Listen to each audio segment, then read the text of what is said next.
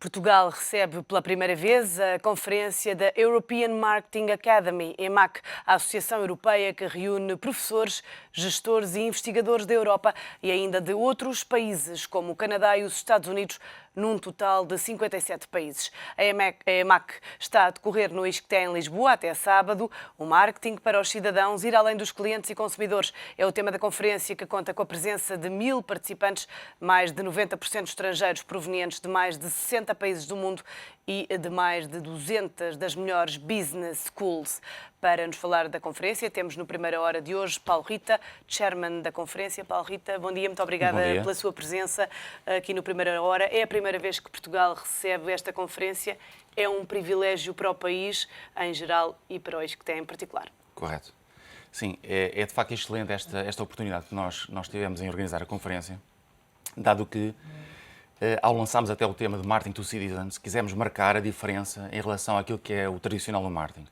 Quisemos mostrar que entramos na era Marketing 3.0, que significa basicamente o seguinte: os marketeers têm que valorizar os consumidores em termos de promover adaptações de produtos e serviços que vão ao encontro desses mesmos valores, de modo a que possam, de facto, garantir uma satisfação do consumidor a longo prazo. E esse é, desde logo, um aspecto que nós gostaríamos de destacar aqui. E qual é a importância que assume um evento como este em Portugal? Bem, é fundamental porque, uma vez que a área científica do marketing é uma área de grande relevo académico a nível mundial, e uma vez que o marketing, pelas suas características próprias, exige, mesmo a nível da investigação, o contacto constante com o mundo empresarial e os consumidores, para nós é fundamental que os maiores, digamos, gurus, os maiores especialistas que mais investigação fazem nesta área estejam em Portugal. E é importante para Portugal também por outra razão. É que, sem pôr em causa a necessidade, em termos financeiros, do controle orçamental e do controle da dívida pública, a verdade é que é necessário também relançar o crescimento económico. E qual é a área que está mais no centro disso? É o marketing. E é o marketing no sentido em que este é orientado para o cliente e para o consumidor e, portanto, pode ajudar, por um lado, a reforçar a sua sofisticação e, por outro lado, ajudar nas próprias exportações que muito necessárias são para o próprio crescimento económico do país. E já que falamos de marketing, esta conferência permite também dar visibilidade à marca Portugal. É preciso vender a imagem de Portugal da melhor forma ao exterior. Essa é uma área fundamental. Aliás, ontem tivemos a Welcome Reception, portanto, no ISCTE, e muitos dos oradores, portanto, e dos convidados vieram falar comigo referindo o quão agradável se sentiam pelo facto de terem tido um primeiro contacto com Lisboa, com a cidade, com aquilo que é a nossa realidade e a boa impressão que estavam, enfim, ainda com apenas um dia, não é? Que estavam a recolher a nosso respeito. O que nós queremos aqui marcar também é a nossa capacidade de organização, porque também recebemos elogios no ISCTE relativamente à forma como estávamos a organizar a conferência desde o início, o que é muito relevante. Como é que Portugal pode e deve vender a sua imagem ao exterior? Bem, eu acho que Portugal deve também reforçar em grande medida a sua capacidade de organização e de qualidade dos seus produtos. Mas só para contextualizar um pouco mais. Do ponto de vista da organização, devo dizer que alguns destes oradores me disseram que achavam que Portugal era o país do sul da Europa que reunia o que de bom o sul da Europa tem e o que de bom o norte da Europa tem, que é a organização. Portanto, parece que Portugal está a caminhar no sentido de marcar uma diferença em relação a outros estereótipos menos positivos que por vezes existem. Mas em termos da nossa venda da nossa imagem, acho que é importante mostrarmos que podemos reforçar, por exemplo, duas métricas que neste momento não são muito positivas ainda a nosso respeito. Se olhar para os resultados de 2012 do Fórum Económico Mundial sobre competitividade, que é um tema muito premente hoje em dia, verificamos que Portugal está, de entre 147 países, está em 55º lugar, quer em termos de grau de orientação para o cliente, quer em termos de sofisticação do consumidor.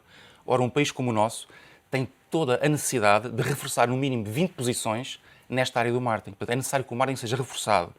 Para isso, só para terminar, eu gostaria de dizer o seguinte: temos que fazer aquilo que se chama Consumer Empowerment, dar mais poder ao consumidor através das tecnologias que hoje em dia existem.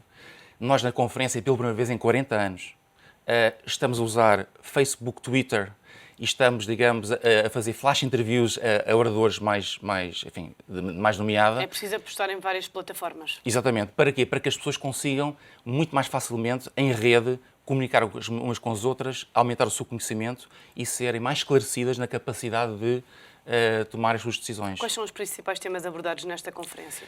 Gostaria de reforçar que nós temos, de facto, há 20 temas, mas vamos àquilo que é o mais importante. Em relação ao título, marketing para os cidadãos e para além dos consumidores e dos clientes, é precisamente o seguinte: reforçar a importância do compreender do consumidor, referir ainda que nós temos muitas comunicações na área da responsabilidade social, da ética e da proteção do consumidor. É importante que as empresas tenham em conta esses 3 fatores que É referiu. fundamental, porque isso está no aparelho circulatório do marketing. Ao contrário do que muito estereotipo existe, que pensa só nas vendas, isso é uma área de facto muito importante.